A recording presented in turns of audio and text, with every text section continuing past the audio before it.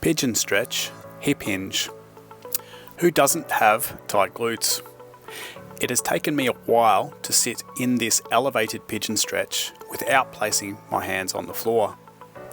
If you cannot sit comfortably in the pigeon stretch on a low elevation, I recommend you work on that first. As you progress in this pigeon stretch hip hinge, the goal is to sit flat on the floor. If your hip mobility is better than mine, go for it.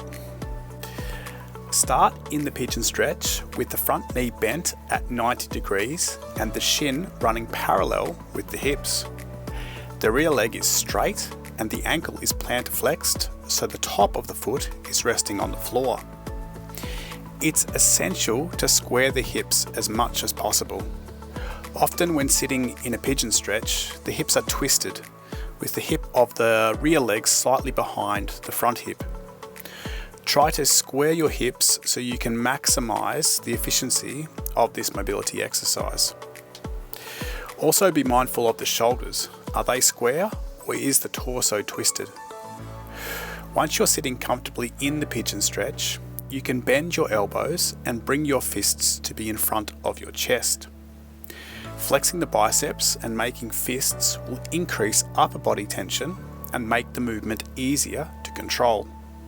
A solid object is easier to move than a bag of sand. Next, focus on keeping the spine long as you hinge at the hips and lean the shoulders forward and over the front shin. As you sink deeper into hip flexion, you want to imagine that you're pushing the hip of the front leg back and trying to close the angle between the thigh and the torso. I find this helps to increase the stretch on the glutes. See how far forward you can hinge while maintaining a flat back, and then reverse the movement by pushing the front knee and shin into the floor to contract the glute and lift the torso up. If you find this easy, you can place your hands behind your head to change the lever length and increase the intensity. If you're brave, you can even put your arms overhead.